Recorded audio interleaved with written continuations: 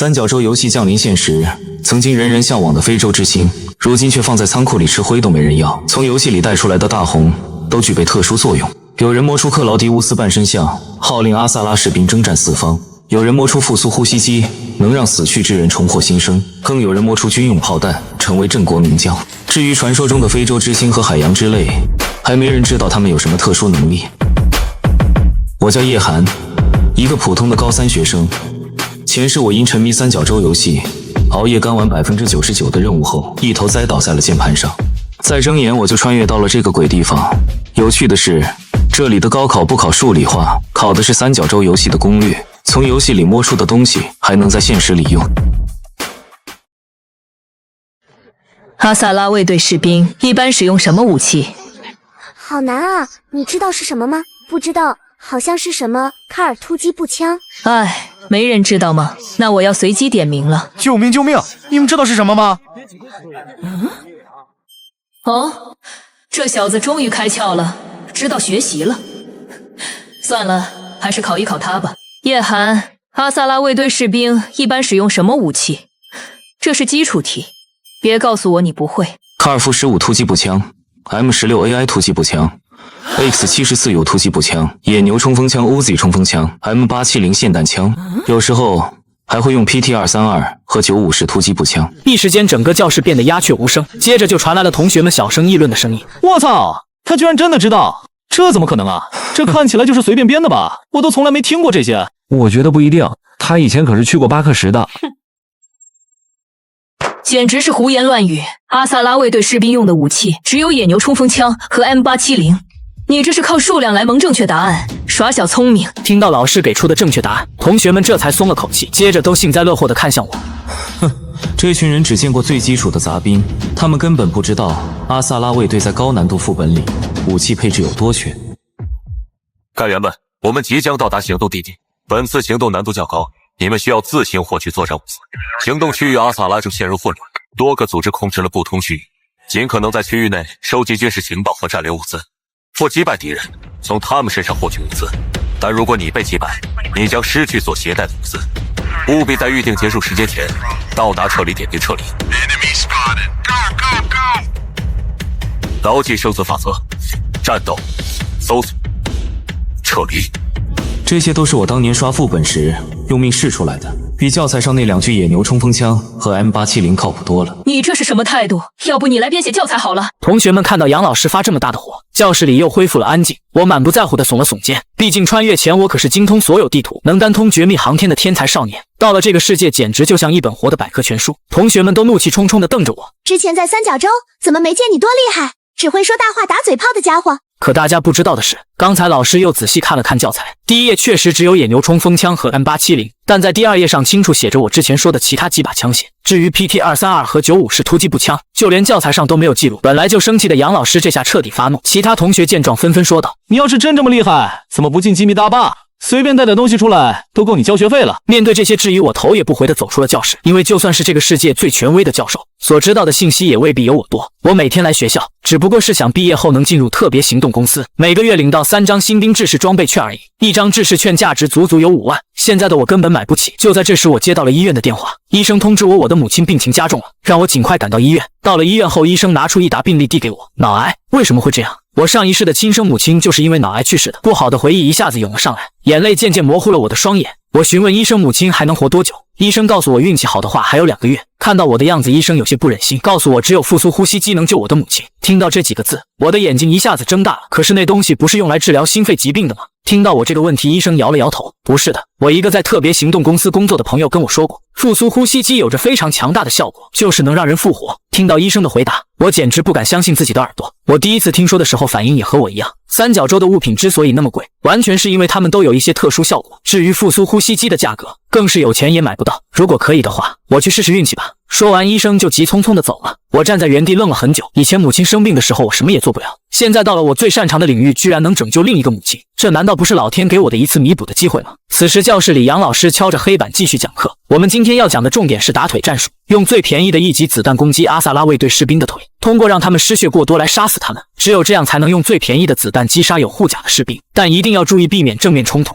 我站在教室门外，听完杨老师的话，微微皱起了眉头。在以前的游戏，用1级子弹攻击高级护甲，也能通过不断射击磨掉护甲耐久来击杀敌人。只不过游戏里1级子弹对护甲的伤害很低，但在这个世界居然完全没用，低级子弹连护甲耐久都打不掉。这时我走进教室，对着杨老师弯下腰，深深鞠了一躬。对不起，杨老师。看到这一幕，教室里的学生们纷纷发出嗤笑。杨老师看向我的眼神里却带着一丝意外，还夹杂着一丝欣赏。他明明知道当时自己说的答案是对的，还能回来向我道歉，这样的心态和格局真的是这个年纪该有的吗？可我直起身之后并没有回到座位上。杨老师突然心里一紧，这小子不会是要先道歉再找麻烦吧？杨老师，我要进三角洲。这话一出，可不光是杨老师，就连台下的同学们都当场愣住。在这里确实随时可以进入三角洲，毕竟实践才是最好的老师。只不过在课堂上不用吃苦就能学到知识，又何必去那里挨枪子？闻言，杨老师问我找没找到队友，而我却表示自己一个人就行。见我如此自信，老师便打算现在带我去三角洲里。毕竟我能清楚地说出阿萨拉卫队士兵的装备，这样的学生就算一个人进入三角洲，或许也能行。这时杨老师又询问我要不要公开行动直播，任何进入三角洲的玩家都可以选择是否公开自己的行动过程，给别人学习的机会。只是这毕竟是大家赚钱的手段，一般队伍都不会选择公开。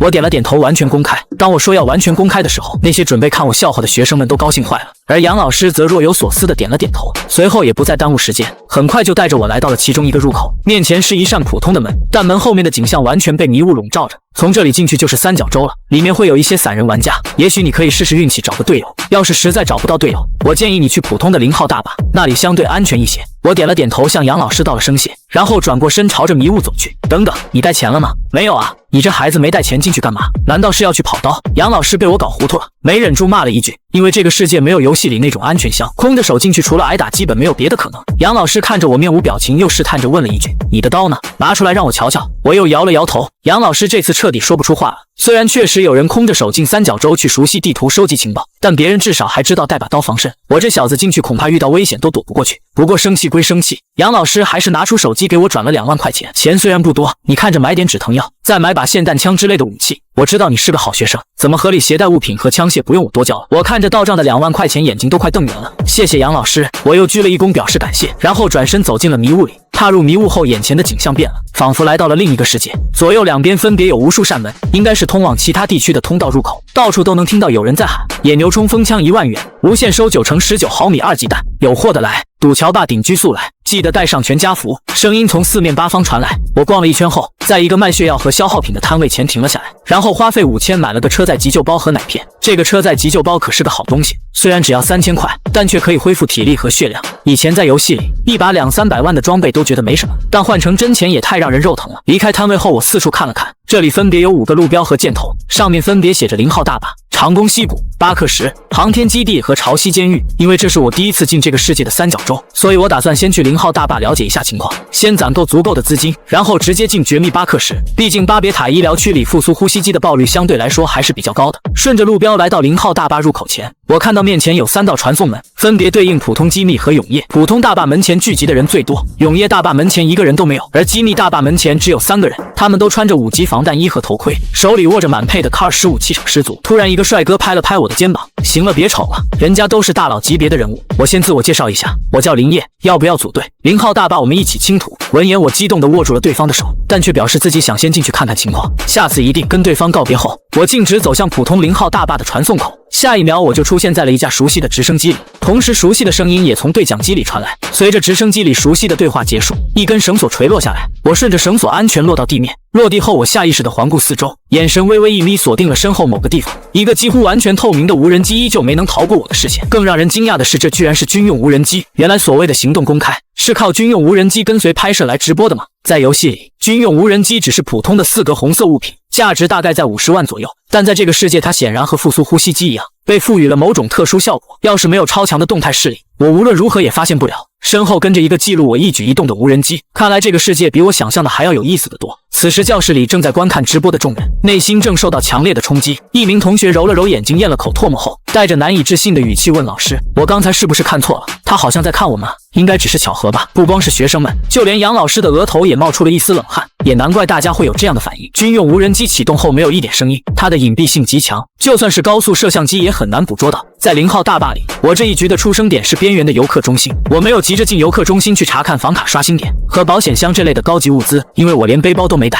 就就算摸到物资也带不出去，不如先四处逛逛。来，咱俩练练。砰砰两枪，阿萨拉卫队士兵的声音和枪声几乎同时响起。我还没来得及反应，一颗子弹擦着我的耳朵飞过，另一颗精准击中了我的大腿。我咬着牙，忍着大腿的伤痛躲到墙后。这个世界的人机也这么敏锐吗？这么想要我的命？先抢下这几个人机的装备再说。虽然没看清对方的位置，但凭借刚才的声音和子弹轨迹，我已经确定了那名阿萨拉卫队士兵的准确方位。我想着像游戏里那样冲过去给他一拳，可刚走出掩体，我彻底傻眼了。这个世界的阿萨拉卫队士兵身高有2米，和游戏里瘦弱的形象完全不一样。熟悉的台词响起，我甚至没看清对方的动作，一颗子弹就精准打在了我的眉心。外面的同学看见都懵逼了，也就是说他刚才是想空手和阿萨拉卫队士兵肉搏吗？这怎么可能？这家伙之前不是进过三角洲吗？难道不知道卫队士兵全都是经过改造的强悍存在？正在观看直播的同学们纷纷议论起来。此时的我已经出现在了传送门附近的一片空地上，刚才子弹正中眉心的那一刻，走马灯带来的恐惧感还没完全消退。这特么也叫人机？我站起身，径直走向远处售卖医疗物品的摊位，在老板错愕的目光中，随手拿了一个血包、一板止疼药和一个绷带，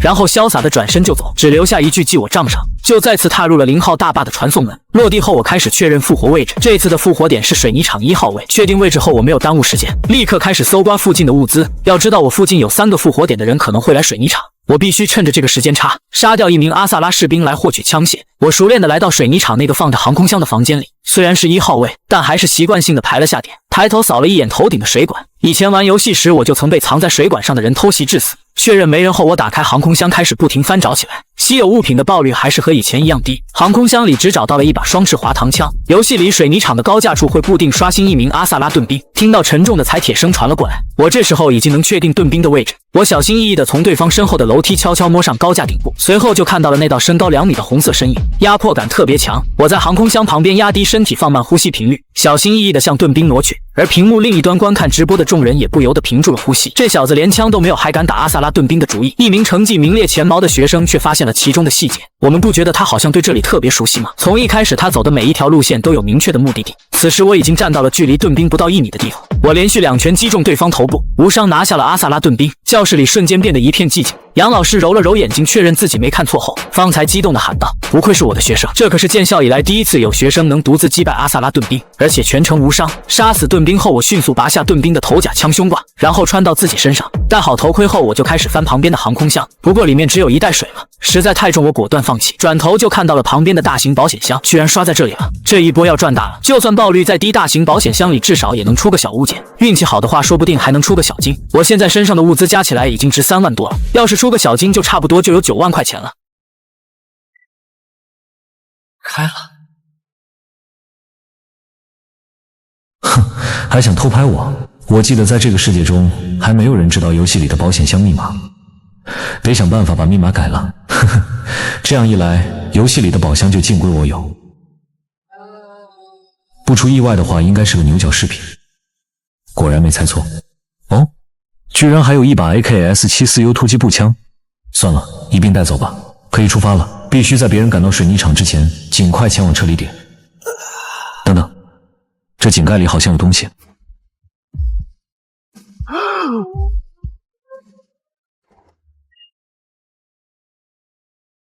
剧烈的枪声响起，我再次被送回了传送门前的空地。复活后的我没有急着再次进入，而是开始总结经验。前2次死的莫名其妙，都是因为我太依赖游戏经验，习惯性的按照游戏规则来行动。可现实中的战场又怎么不可能藏在井盖下面呢？看来得把游戏里的信息和现实作战的各种可能性结合起来才行。我刚站起身准备第3次进入，这时有人大喊：“特么的，哪个混蛋躲在航空箱里阴人了？”我那3套半干 M4 全没了。喊的人正是之前的林业。见此我不由凑了上去：“林业，怎么没看到我的队友？是你啊！”林业没好气的瞥了我一眼，毕竟我之前拒绝了他的组队邀请。我故意用激将法试探道：“3套半改 M4 居然死在了普通0号大法。要知道这身装备不算消耗品也差不多值30万，普通人要是白白损失30万早就崩溃了。由此可见对方的经济条件并不差。需要护航吗？”林业上下打量着我质疑道：“我自己不也是刚死出来吗？”我耸了耸肩，空手死不是很正常吗？在这个世界也有护航这个职业，但费用非常高，一般都是富家子弟请护航用来熟悉地图。一番讨价还价后，我们2人达成协议，收益按林业6成，我4成。林业带我去买了装备，3级全套，加上一把3弹全绿配件的 M4，这一套装备算上子弹钱，足足花了近40万。很快，我们2人穿过传送门后，同时出现在了在了直升机里。刚落地，天空中就传来了震耳欲聋的声音，发现曼德尔砖和破译装置，不惜一切代价把他们带回来。闻言，我拉好枪，栓疯了似的往前跑，因为这次落地位置是行政楼西楼1号位，我要以最快速度架住东楼1号位的人。身上装备太沉，我立刻扔掉头盔、护甲和胸挂，只把子弹揣进裤兜。卸下负重后，我很快跑到行政楼的卡车旁边，左脚蹬在卡车侧面向上跃到空中，再蹬第二脚提升高度，接着跳到东楼阳台。阳台上举着火箭筒的阿萨拉士兵刚开口就被我一枪秒杀。我调整呼吸，把 M4 弹匣抵在窗台边缘。走在队伍第二的敌人刚露头就被我一枪爆头。这里和游戏不一样，一枪命中头部就直接死亡。接着扫射第一个人，4枪打在胸口将他击杀。第三个人反应更快，躲到保安亭后面准备反打，可他探出头时被我2枪点射拿下。这是游戏里的大忌，没抓住机会立刻反打，也没趁我架枪时进步绕后，反而在明知被架的情况下探头，纯属送死。我满意的吹了吹枪口的青烟，换上备用弹匣，特么的累死我了。林业也跑到卡车处，气喘吁吁的大喊：“我人在哪呢？”他没有我这身法，只能在地面上喊。我从阳台跳下来，伸手捂住他的嘴，喊什么？怕别人不知道你的位置吗？林业身体一抖，彻底相信了我的实力。要是敌人的话，自己已经死了。跟我来！我松开手，从他手里接过头盔、护甲和胸挂。这把我们先撤吧，有曼德尔砖。林业担忧地说，而我却挑了挑眉，走。为什么？他进三角洲2年半，摸透了规律，只要出现曼德尔砖，自己几乎活不下来。闻言，我虽然有些意外，但却让他先排查点位填包，最后却再去拿砖。我拍了拍他的肩膀，示意他跟上。此刻教室内众人嘴巴张得老大。这里是他家吗？我都没反应过来，5秒不穿头甲杀了3个人。讲台旁的杨老师脸色涨红，捂着胸口。杨老师，你怎么了？同学们上前搀扶他，才没摔倒。不愧是我带出来的学生。杨老师用尽最后力气大喊，随后激动地晕了过去。此时0号大坝里，我确认大坝顶部狙击位没人后，便带着林业搜刮装备。第一个人只有一把野牛冲锋枪，第二个人有制式装备券，1级头盔、2级护甲和一把 Kar-15。第三个人装备更好，有3级头盔和护甲，头盔上有个带胶痕的弹孔，显然是被2枪打在同一个点。武器是一把配件齐全的 PT-232，算下来值20万。卧槽，赚回来了，赚回来了！林业两眼放光，把装备全穿在身上，还多背了把 Kar-15，算上药品，他身上装备价值已经达到50万。别忘了卖了以后有我一半。我用枪托轻轻撞了下他，林业被撞的一个踉跄，连忙点头。当然，以后还得多多合作。我点点头，确定这里有点伤。刚才的枪托实打实撞到了他，换成子弹也一样。你怎么知道他们在这儿？林业更在意的是这个，瞎猫碰上死耗子罢了。我随口敷衍后便走进东楼，这里全是我们的了。进入行政楼没听到诡异音乐，说明没刷新老塞。我去杀阿萨拉士兵，你去搜东西。林业顿时激动地跳了起来。以往他连行政楼都不敢进，现在却能肆无忌惮地翻找敌人的东西。已经拿到曼德尔砖，抓紧找到并阻止他们。天空再次通报，我低头看雷达手表，一个红点开始移动，这个位置应该是主变电站。这局的破译点是军营和水泥厂，自己的位置很好，既能等他们去破译坐收渔翁之利，也能去破壁行动任务点蹲他们的必经之路。前者比较稳妥，后者要多打一次架。我拍了拍正在翻箱倒柜的林业，走了，我们去破壁任务点。我当然是选择亲手灭掉拿曼德尔砖的那一队。他既当过护航，也当过主播，更何况此时他正在开着直播给别人护航。在这种情况下，要我避其锋芒，那绝对不可能。什么破壁任务？林业皱着眉挠头，显然不了解破壁者行动。没事，跟我走就行。说完，我带他前往行政楼西楼1楼。我用尽全力，一脚狠狠踹在门上，可门不像游戏里那样直接踹开。林业走上前，拧开门把手，一脸疑惑地看向我，全程没说一句话，但我感觉智商被侮辱。特么游戏里都是用踹的，怎么到这拧就开了？走出行政楼，我们前往破壁任务点下方小路，那里能打到对方侧身。途中我问林业曼德尔砖能开出什么，林业摇头说不知道，一般只有特别行动公司的人才会打曼德尔砖主意，普通人遇到大多选择撤离，那去偏僻地方搜容器。我脸上好奇更浓，没关系，等下就知道能开出什么。说话时我打开瓶装抗生素。特别行动公司我课堂上学过，不同公司每月派发装备券数量不同，多数人会把装备券卖给普通人或学生，变现后买趁手枪械和高级头甲。想到这里，我看向林业，我们可能要发财了。如果拿曼德尔砖这队真是特别行动公司的，最少也有3套装备，甚至4套也有可能。正想时，我拉住林业，拽他趴进旁边草丛。我指指雷达手表，示意别出声，显示携带曼德尔砖那队距离约100米。他们选行政楼外侧方向，看样子要去军营破译。我闭眼仔细听声，3级耳机增强10音降噪，听脚步判断3人是3角站位，前面脚步轻，后面2人脚步稍重，这样队形前面人一旦被击杀，后面2人随时能应战。后面2人不会都是4套吧？我心里暗想，把枪给我，我头也不回伸手接过 PT-232。这世界3级子弹对4级防弹衣完全无效，如果后面真是4套，我只能打腿击杀。这样一来，单靠一把 M4 子弹，没法第一时间同时杀3人。毕竟我不是军人，换弹匣不够快，再快也比不上不换枪。脚步声渐大，连林业都能听到。他蹲在草丛里抱一把 Kar-15，闭眼不停祈祷。第一个奔跑身影跑出拐角。我没开枪，如果这时开枪，后面2人不会继续走。一旦对方穿4级头甲，只露一点身位对枪，我必输。而跑远的第一人离下个掩体还有距离，先杀后面2人再去杀他也不迟。果然如我所料，第一人安全通过后，后面2人放下防备，一名穿4级头甲持半改枪的壮汉开口，我就说没事吧，还非要人前面探路，这里有人他早死了。曼德尔专提示敌人再破一点，穿重甲奔跑让他气息紊乱。另一人同样4级头甲，见前面人安全通过，才放下4处瞄准的满改95，这次终于能带出曼德尔专，幸亏起的是4套。壮汉满意拍手中枪，刚才那队像路边一样，我还以为是减速带呢。2人同时大笑。就在这时，军营和水泥厂传来枪声，草丛里的我露出微笑。如果人数和游戏一样，我开局杀一队，拿曼德尔专这队也杀一队，等水泥厂和军营打完只剩一队，还有破1点1队和一个不知在哪的独狼。后面2人已走出拐角，我嘴角勾起，腿部按摩开始。等他们走出一段 PT232 枪声响起，19-15警惕男子瞬间被打腿倒地。为防止真实倒地还能开枪，我特意补枪解决手臂，因2人站位靠近，我不需调整枪口，直接命中那男子。这样站位游戏里也是大忌，我没听枪，只对腿部打几枪。持刀男子毫无防备，远处枪声吸引他注意，队友倒地他都没反应，腿部疼痛让他彻底慌神。我没急着杀他，因前面还有1名敌人。从我开枪到现在1秒足够对方锁定位置，丢下 PT232，我瞬间取出 M4，换枪，转头，瞄准，扣扳机，砰砰砰，2边枪声同时响起。我左肩瞬间中弹，好在提前吃止疼药，没因疼痛昏厥。林业吓得身体紧绷，闭眼怕睁眼时我已倒下，但如果他睁眼会发现拿曼德尔专那队最前的人已被我爆头。不得不承认这敌人实力超我意料。我开枪暴露位置，但我在草丛里，对方没因枪响慌，还第一时间找准我位置。如果不是打歪，我现在也已倒地。我没因险些死亡感到慌乱，而是有条不紊调转枪口对准最后1名男子。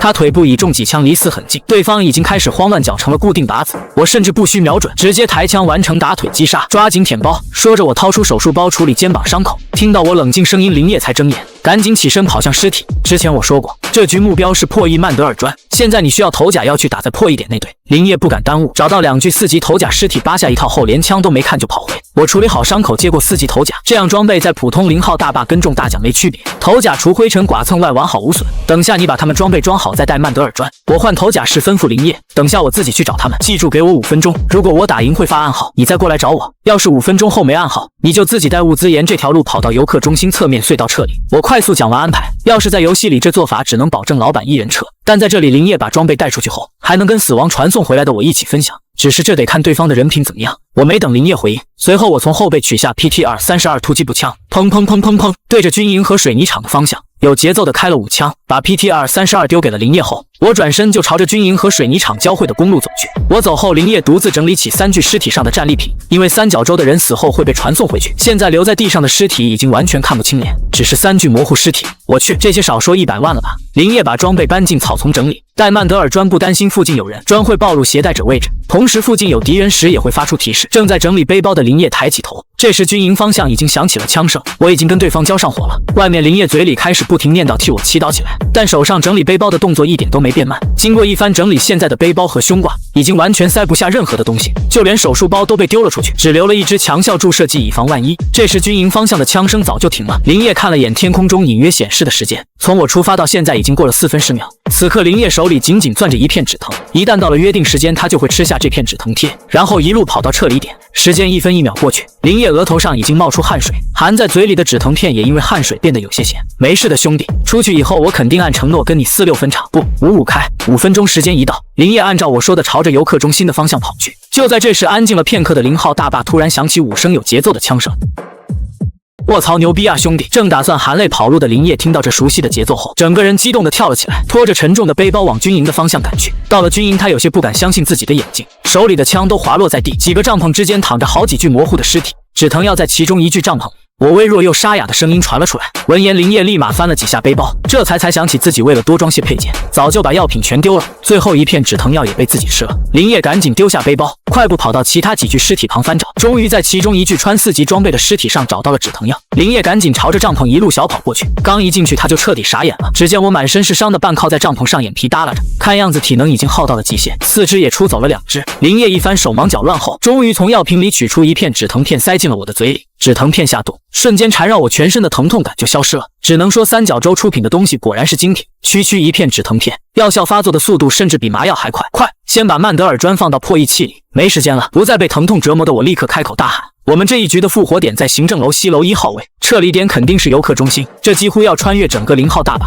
而现在天空上显示的时间只剩11分钟，破译曼德尔砖需要4分钟，我还得在破译的最后1分钟复制曼德尔砖，也就是说，留给我跑到撤离点的时间其实只有8分钟。林业把曼德尔砖放进去的瞬间，天空中就传来了提示音。听到这个声音，我也松了口气，让林业帮我拿个手术包过来，等下我找一找。林业听到后再次蹲在尸体旁翻找，找到手术包递给我。可我突然意识到一个问题，手术包能修复骨折，但没法让断肢重生。只剩8分钟时间，我要怎么靠一条腿横穿0号大坝赶到游客中心撤离？一时间我的眼神暗淡下来，把这7个人的装备整理一下，然后我直接走吧。不，我们一起走。林业一改往日的模样，眼神变得异常坚决。我挤出一抹苦笑，哥，我知道你的好意，但我真走不了，时间来不及了。你带着东西出去保本就好，就算我死了，曼德尔砖破译完成，应该也能被带出去。不亏。林业没有回应，默默提着空背包和胸挂去整理剩下的7具尸体。我单腿跳出帐篷，看着蹲在模糊尸体旁默默整理装备的林业，拍了拍缺失的右腿，开玩笑道：“我说林哥，你该不会是想把包套好让我背吧？你这也没把我当人啊。”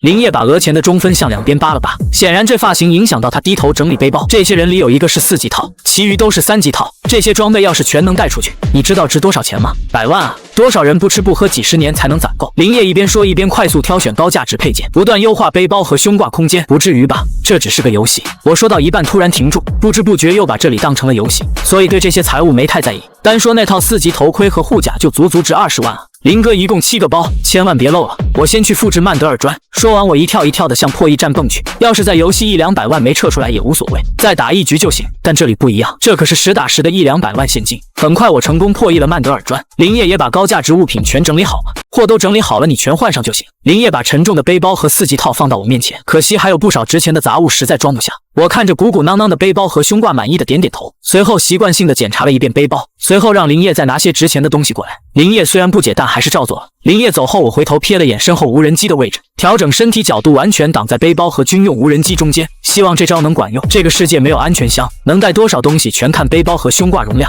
要是有安全箱，背包里还能多腾出些空间。接着在遮挡下，我鬼鬼祟祟的把几个杂物塞进了裤裆。没错，就是物理意义上的塞裤裆。游戏里大家常把安全箱叫裤裆，我也图其想想，试试塞裤裆里的东西能不能带出去。都在这儿，我刚才试过，真的塞不进去了。林业抱着几个杂物回来，我一把接过杂物，全塞进了背包。什么？你怎么做到的？刚才明明一点缝隙都没有啊！林业不可思议地打开背包检查，你就别管了，赶紧去撤离。接下来这段路简直要了2人的命，只剩一条腿的我只能一步一步缓慢前进，而且2人身上的装备加起来价值已接近250万，财富的重量压得我们寸步难行。林业扛起我的一只手臂，面目狰狞地喊：“哈基米，你这家伙给我坚持住啊！”此时林业的体力也快到极限，我更是几乎动不了。天空中闪烁的红色倒计时只剩1分钟，而此刻距离撤离点还有100米，剩下的100米几乎是林业拼了老命在拖着我前进。还有多久？我努力睁开眼，迷迷糊糊地问。还有10米。林业的声音几乎是从喉咙深处挤出来了。我抬起头看向空中，时间只剩10秒。要是在游戏这时候已经撤离失败了。林业也注意到了天空中的时间，他拼尽全力向前挪动身体，额头青筋都微微凸起，就连教室内通过屏幕观看的同学们也纷纷捏紧了拳头。3秒、2秒、1秒，踏扑在时间只剩最后1秒时，林业拖着我成功踏入撤离点，2人同时向前瘫倒在地，教室内的屏幕也随之变黑，同学们瞬间从椅子上弹起来。就在今天上午，他们还对我满是不屑，但刚刚最后那几秒，所有人都把心提到了嗓子眼，就像看了一场特种兵集训的电影。没人希望这互相搀扶的2人在这时失败。我们说之前巴克什那次，一名同学缓缓开口，原主曾经参与的那场行动最后被逐出队伍，通报说他不听指挥才导致队伍损失惨重。这件事也是大家对我没好感的主要原因，绝逼有内幕。我看他是被资本做局了，对他的实力大家都看见了，他肯定是被冤枉。特么的，我去找校长。浩迪狠狠拍在书桌上，站起身，头也不回地夺门而出。我刚才的表现随便拿出哪一波都足够载入学校史册，这样的人会害得队伍损失惨重，怕不是没有我的队伍才会损失惨重。最后一波军营的战斗，林业没看见，但同学们全看在眼里。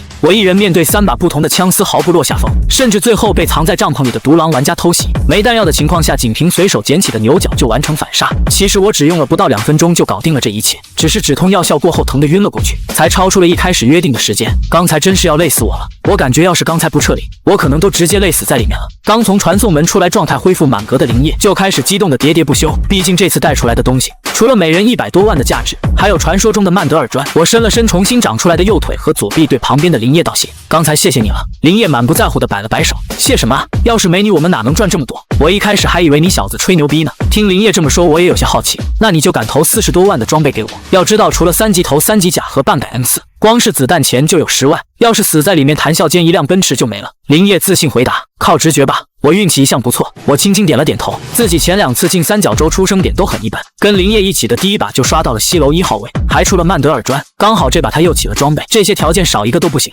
走吧，前面那几个摊位能变卖装备和物品。林业指了指不远处的摊位，突然2名穿西服的强壮男子拦住了我：2位请等一下，抱歉，我们需要例行检查2位带出的物资。其中一名男子指了指我们的背包，我皱眉看向林业，可他却好像早就习惯了这种情况。他们是官方的，有些特定物品不让普通人私藏，要是发现了，他们会当场高价回收。林业耐心给我解释，可我听到这话时瞳孔却微微一锁。那复苏呼吸机在这个管控范围内吗？这话一出口，正准备检查背包的2名强壮男子当场笑出了声，哈哈哈哈！复苏呼吸机，小兄弟，这个倒不是违禁品，但你也得摸得到才行啊！自打三角洲出现到现在，复苏呼吸机就从没出现过，关于它的信息也是靠绝密服务器才知道。到底存不存在还不一定呢。2名男子你一言我一语给我泼了一盆冷水，没过多久他们就检查完了我们的背包。其中一名男子看到我们背包里的东西后咂了咂嘴，你俩小子没少赚啊，没有违禁物品，走吧。我们这才重新背上背包朝着前面的摊位走去。等我们走出近100米后，其中一名强壮男子不解地问，你刚才为什么要骗他关于复苏呼吸机的事？明明是被列入管控的。被问到的男子满不在乎地摆了摆手，随口说的呗，而且也不是坏事啊。要是他知道了真相，万一，我是说万一，他真摸到了复苏呼吸机有了防备，会不会把复苏呼吸机藏进量子存储里？这种级别的违禁品肯定不能像无人机那样公开处理啊！蠢货！听到这话，那名不解的男子才恍然大悟，接着又问，可量子存储一般人也得不到，小心驶得万年船吗？在这里，量子存储可不光是存储信息那么简单，能把物品信息化存进去，还能随时复原取出来。100米外的我戴着耳机喃喃自语，量子存储吗？你说什么？林业扭过头问，我露出一抹意味深长的微笑，没什么，刚刚有人把答案已经告诉我了，只是听起来量子存储也挺特殊的。老板算一下，这些一共多少钱？我们走到回收摊前，林业把背包里的枪械杂物一股脑倒在桌上，我也学着他的样子把背包里的东西全倒出来，同时不动声色地从裤裆里掏出几个杂物偷偷放在桌上。回收摊的大爷见一堆乱七八糟的东西倒在他面前，气得直接从躺椅上站起来。我说了多少次了，我这是收破烂的吗？下次再敢直接倒出来，我找人收拾你。我看了眼林业，显然他不是第一次这么做，我还以为这是正确流程呢。林业得意地指了指桌上的8把枪，还有数不清的杂物。别生气嘛，这不是给我送生意来了。回收摊大爷仔细看了眼桌上的战利品，语气才缓和些，手指点了点林业，露出坏笑，你小子这次终于不是拿些破铜烂铁跟烧火棍给我了。接着大爷就开始把物品分类计算价值，在旁边等着。我们俩没事做就聊了起来，我先开口问，你在三角洲待了2年半，应该摸出过不少大红物品吧？林业一听露出一副别提了的表情，普通区域哪那么容易出大红，我又不敢进机密区，就出过一次无人机，出来就被高价回收了。闻言我问他多少钱收的，虽然游戏里军用无人机大概50万，但在这里他有这么强的隐匿监视能力，价格应该不一样。200万。林业伸手比了个剪刀手，我思索着点头，这和我预估的价格差不多，甚至还低了点。以林业的运气，2年半才出一次无人机，我要找的复苏呼吸机真能在母亲去世前摸到吗？要是复苏呼吸机能明码标价，就算只有1个月，我也有信心赚够几亿买下来。可复活这种能力太直接了，生命意味着无限可能，谁会把自己的第2条命随便卖掉？更何况官方已经暗地里把复苏呼吸机列进了管控。我们俩聊了没几句，回收摊大爷就把装备价值算好了，一共220万。听到这个数，我皱了皱眉。林业好像看出我不满，连忙解释，这里回收最快能立刻放款，虽然还有拍卖会，但在那卖完所有装备要等很久。听到此话，我表情这才稍微缓和。按游戏里的说法，这大爷就相当于军需处回收，方便，但给的钱少。以前我打游戏急眼的时候，卖东西也都卖给军需处。这是什么？大爷拿起2块金色带棱角的圆柱体在我们面前晃了晃。这个我们不卖。我一把夺过曼德尔砖，刚才我还纳闷，破译后的曼德尔砖会以什么形式带出来，没想到直接出现在背包里。幸好这大爷不识货，不然我们可就亏大了。我把曼德尔砖收好后，大爷爽快地给我们每人拿了110万现金。我从没见过这么多钱，现在还觉得像在做梦。原来打游戏真的能当出路。林业对此倒司空见惯，虽然很少一次性带出这么多物资，但这些钱对他来说早就不新鲜了。加个微信吧。林业拍了拍我的肩膀，掏出2维码在我面前晃了晃。我点了点头，没有拒绝。要是没有林业，我还得辛苦跑一阵子，才能凑够买3级套的钱。互换联系方式后，我跟林业简单道别，就独自走向了出口附近。这个世界的曼德尔砖应该不只是开出枪械皮肤那么简单了吧？我没有着急离开，而是独自找了个角落摆弄起来。我在曼德尔砖底部发现了一个类似按钮的装置，我按下按钮后，曼德尔砖瞬间弹开，金色碎片悬浮在半空，组成了一个球体。球体中央像 3D 打印一样，正在凝聚一道白光。白光散去后，两个熟悉的物品出现在我面前。我双眼逐渐放大，难掩喜色。眼前的东西正是陪我熬过无数日夜的老朋友——虎蹲炮和动力推进装置。这对我来说完全是如虎添翼了。我拿起动力推进装置，试着想穿到自己腰间。穿越之前，我曾对三角洲行动这款游戏做过大部分角色的动作捕捉，威龙就是其中之一。穿好动力推进装置后，我迫不及待想试试。虽然做过动作捕捉，但这种真实的动力推进装置我还从没用过。没有按钮，那是靠什么启动？正当我疑惑怎么启动时，后腰突然冒出白光，喷出凝实的气体，让我猝不及防地窜了出去。在空中赶紧调整身形，才没摔个狗吃屎。好快，居然是靠意念驱动，这速度毫不夸张地说，要是撞到墙，就算不死也得晕。10米吗？我回头判断出推进的距离。至于虎蹲炮，我没打算在这时。下次进三角洲，随便找个阿萨拉卫队士兵试验就行。我满意的摸了摸腰间的动力推进装置，正打算从出口离开，却犯了难。总不能拎着虎蹲炮带着动力推进装置回学校了。想到这里，我看向地上曼德尔砖的碎片，底部那枚按钮还发着微光。我抱着试试的心态，把虎蹲炮和动力推进装置放到按钮上方。再次按下按钮后，白光瞬间把两个物品包裹在半空，漂浮的金色碎片同时向中间收缩。眨眼间，一枚完整的曼德尔砖又出现在我面前，顿时我脸上露出一丝喜色，掂了掂手里的德尔砖，小心翼翼地放进了口袋。传送门对面正是我所在的学校，刚踏出传送门，我就被吓了一跳，两边的礼花瞬间炸开，亮片和纸条落在我身上。正前方一道巨大的横幅拉开，上面清清楚楚写着4个大字：叶寒无敌。这突如其来的阵仗搞得我有些不知所措。我只是进了趟三角洲回来，怎么搞得跟龙王回归一样？叶寒，你打破了我们学校建校以来的校纪录，单局击杀10人，建校到现在保持最高纪录的学长也才击杀8人。这时一拥而上的同学把走廊堵得水泄不通，我差点又被挤回传送门。我被围在人群中四处张望，没看到杨老师，眼看没人维持纪律，走廊就要乱成一团。我凭着诡异的肢体动作从人群里扭了出来，摆脱热情的同学后，我没多停留，离开学校就返回了医院。此刻阳光脑科医院赵医生正有条理的看病，突然我敲门而入，看到来人是我。赵医生微微一愣，跟病人嘱咐几句后，就让对方先离开了办公室，只剩我们2人时，我才缓缓开口问赵医生，有没有办法能让我母亲缓解些痛苦？赵医生对我的折返有些不解，我才离开不到2小时，现在又突然回来问这个，但他还是如实回答，有是有，不过这个费用不是我能承担得起。见有办法，我微微松了口气。复苏呼吸机不是短时间能找到的，太看运气。既然赚的钱没法买复苏呼吸机，那至少能用这些钱让母亲舒服一点，不管费用多贵我都能付。这个费用可不是几万10几万能解决的，1个月3000万的费用能让他舒服些吗？我试探着问。1个月3000，赵医生惋惜地摇了摇头。等等多少？赵医生瞪大了眼睛上上下下打量我。没听错吧？3000万，要是不够还能再加。我认真回答，我报的价格已经很保守了，现在我已经慢慢适应三角洲，等以后彻底摸清情况，只会进机密和绝密地区。凭着顶级的意识加上几乎能透视的听力，还有像高清摄像头一样的眼睛，别说1个月3000万，就算1个月上亿，对我来说也只是每天多进几次三角洲的事。很快赵医生从震惊中回过神来，神情里带着一丝心疼和惋惜。眼前的我还在上学的年纪，遇到这种事精神上难免会受严重打击，说胡话也能理解。赵医生欲言又止，不知道该怎么安慰我。就在这时，我悄悄推开办公室门缝，探出头确认四周没人后，轻轻把门反锁，同时不动声色地把手伸进口袋，在手机屏幕上点了几下。还没等赵医生明白我要做什么，我手里已经多了张扑克大小的卡片。医生，这张卡密码是114514，是给您的辛苦费，我母亲的事还得您多费心。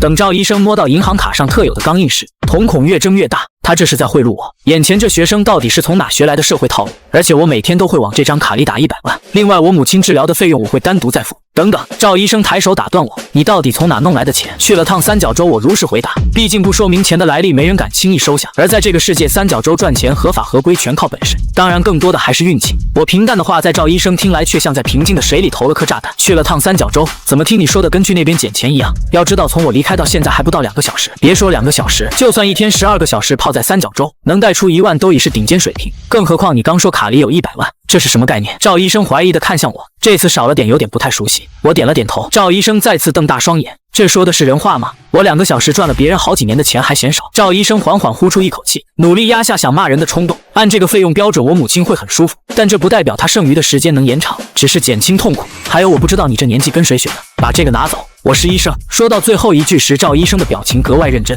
我见状没有强塞，略带歉意的把银行卡收了回来。看到这，赵医生满意地点点头，接着开口说道：其实最开始让你找复苏呼吸机，也只是想给你个希望，这点我希望你能理解。你能在这么短时间赚这么多钱，看来你真的很有天赋。说着，赵医生伸手示意我先坐下。我坐下后，赵医生凑上前小声说：复苏呼吸机被官方列为禁品，真找到的话你要小心。还有，无论如何别进绝密地区，哪怕最后没找到，说完，赵医生拍了拍我的肩膀，说话音量也恢复正常。你先回去吧，我母亲的事我会认真处理。加了赵医生微信后，便道了声谢，起身离开，走出医院。我从口袋里掏出手机，穿越前保留的习惯让我在这方面格外谨慎，所以刚才行贿时才做了这样的保险措施。看来是我以小人之心夺君子之腹。我自嘲地摇了摇头，删掉了那段录音。回到家后，我独自坐在沙发上，心情特别低落。疲惫了一天的我在沙发上沉沉睡了过去。从三角洲出来后，身体的劳累会被彻底消除，但精神上的疲惫却挥之不去。第二天一早，我早到了学校，同学们陆续进教室，看到我时都主动上前打招呼，不少人都希望我带他们，但这种热情不是我想要的。我还是喜欢之前那种被所有人排斥的状态，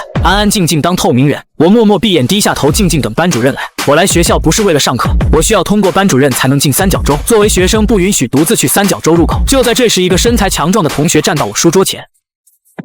我抬头看了看男人，正是之前最看不惯我的浩迪。浩迪努力想开口，可怎么也说不出那几个字。你牛逼！憋了半天，浩迪终于说出一句完整的话，只是这话的语气还有那傲娇的神情，怎么看都像在挑衅。浩迪是个正义感十足的人，眼里容不下沙子。之前因为学校通报的污蔑，才误以为我是坑害队友的人，而现在我的实力已经证明了一切，任何污蔑都显得格外苍白。浩迪对着我挤出一个尴尬的微笑。校长说我是校园黑社会头目。我深呼吸后明白了这是个什么情况。昨天写着叶寒牛逼的横幅，还有满地的礼花，这一切似乎都在说明我成了校长眼里的校园黑社会头目。突然，一个同学站在教室门口大喊：叶寒，校长让你去办公室一趟。不多时，我便来到了校长室，小心翼翼关上门，站到办公桌前。校长，您找我？我语气很礼貌，想尽可能给校长留个好印象。毕竟要是被开除或者受处分，我就没任何渠道进三角洲了。到时候这个世界上我的母亲也会离开我。校长没有急着开口，上下打量我一番后干咳了一声。见状，我赶紧把旁边的茶杯递到校长面前，接着拿起茶壶斟满茶。校长疑惑地看了眼茶杯，又抬头看向面前乖巧老实的我：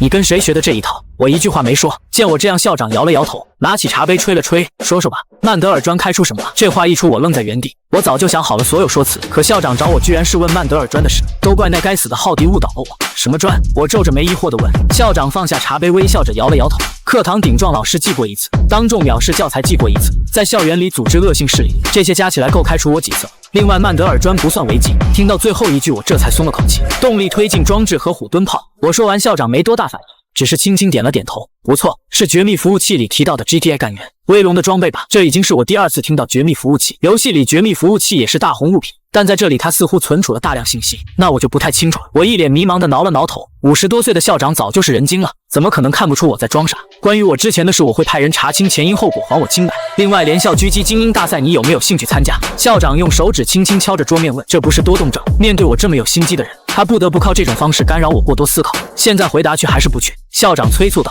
您需要我去吗？我诚恳地问，冠军奖励是叫什么来着？量子存储。老了记不太清了。校长轻轻拍了拍自己的脑袋。听到这4个字，我倒吸一口凉气，瞳孔也瞬间瞪大。校长，请务必帮我报名，我一定帮学校拿个好成绩回来。我强压下心里的喜悦，当即主动请战。校长看到我360度变脸，露出一抹鄙夷的神色。臭小子，你听说过量子存储？我只知道能存东西很稀有。我摇了摇头，如实回答，确认我没有耍小聪明。校长这才缓缓开口解释，量子存储最特殊的地方不是存东西，而是免检。抿了口茶后，校长继续说，至于免检的主要原因，还是因为没有手段能查出量子存储里的物品，也就是说，有了量子存储就能光明正大携带违禁物品。听到这话，我呼吸都顿了一下。在我看来，这可不只是携带违禁品那么简单，而是不管多大的大红物品，我都能存入量子存储，再把量子存储塞到裤裆里。毕竟我总不能把反应炉那样的大红直接往裤裆里塞吧。见我已经完全被勾起兴趣，校长这才满意地点点头。3天后比赛开始，到时候才公布规则，给我好好表现。杨老师昨天可是跟我磨叽一晚上，极力推荐你，但先说好，拿了冠军你的劣迹一笔勾销，不然我照样开除你。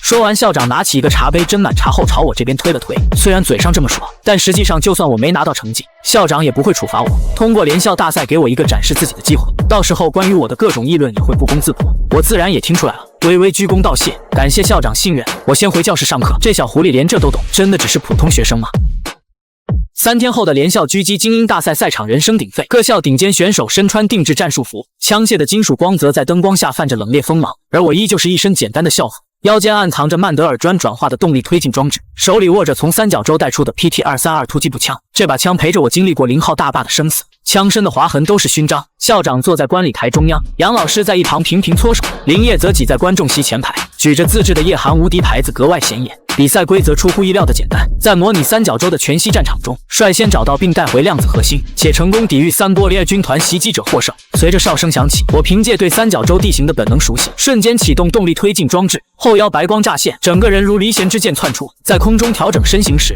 已经锁定了量子核心所在的废弃信号塔。其他选手还在小心翼翼探查路线，我已经踩着信号塔的钢架向上攀爬。指尖刚触碰到冰凉的量子核心，警报声便刺耳响起。第一波 AI 军团已抵达山脚，我将量子核心塞进校服内袋，转身跃下信号塔。动力推进装置精准缓冲，落地时顺势翻滚。PT-232步枪已经对准了冲在最前的 AI 士兵。前世的游戏本能与今生的实战经验完美融合，我没有选择硬刚，而是利用地形绕到 AI 侧后方，瞄准腿部连续点射，3级子弹穿透护甲 ，AI 士兵纷纷倒地。第二波 AI 带着重型护盾袭来，我眉头一挑，摸出曼德尔砖转化的虎盾炮，意念驱动下，炮口对准护盾连接处一炮轰出，剧烈的爆炸声后护盾阵型溃散，我趁机切换步枪清扫残敌，动作行云流水。观礼台上响起阵阵惊呼。就在第3波 AI 即将抵达时，赛场突然传来异动，全息投影出现干扰，一道黑影趁着混乱向我袭来，是其他学校的选手，显然想坐收渔翁之利。我早有防备，动力推进装置瞬间侧向移动，避开对方的偷袭，同时回身一枪击中对方头盔，那人踉跄后退，我欺身而上，枪托狠狠砸在他的枪械上，对方无奈弃权。解决完突发状况，我迎着最后一波 AI 的炮火，凭借量子核心自带的微弱护盾加持，硬生生冲出重围，踩着倒计时的最后1秒回到终点。赛场瞬间沸腾，林业冲上来抱住我大喊，杨老师激动得热泪盈眶，校长站起身鼓起掌来。当量子存储正式交到我手中时，冰凉的金属触感传来，我能清晰感受到它内部的空间波动。有了它，复苏呼吸机再也不用担心被官方查处。赛后第2天，我带着量子存储再次进入三角洲绝密巴克室。这一次凭借着量子存储的免检特性和对地图的极致熟悉，我在巴别塔医疗区顺利找到复苏呼吸机。当我捧着这台能逆转生死的仪器冲出传送门时，阳光正好洒在身上，医院里复苏呼吸机启动的光芒温柔笼罩着母亲，原本微弱的呼吸渐渐平稳。赵医生看着仪器上的数据，满脸难以置信。我坐在病床边，握着母亲温热的手，眼眶湿润。前世的遗憾，今生终于得以弥补。回到学校，校长正式撤销了原主的所有处分，还公开澄清了当年的真相。原主是被资本陷害，为了抢夺他发现的稀有物资，才被污蔑坑害队友。真相大白后，同学们的敬佩更加真挚。浩迪更是拉着我组建了三角洲小队，是要一起闯荡更危险的区域。杨老师拍着我的肩膀笑着说：“我就知道你不是普通人。”林业则天天缠着我，要我带他进绝密地区。而我看着口袋里的量子存储和曼德尔砖，心中有了更远大的目标，不仅要守护好母亲，还要探索三角洲更深层的秘密，让那些被资本操控的黑暗无所遁形。夕阳下，学校的三角洲入口泛着微光，我握紧手中的步枪，身后跟着林业、浩迪等人毅然踏入迷雾。这一次我们不再是孤军奋战，而三角洲的传奇才刚刚开始书写新的篇章。而那枚曾经被遗忘的非洲之星，据说正在某个绝密区域静静等待着真正的强者将它唤醒，绽放出震撼世界的光芒。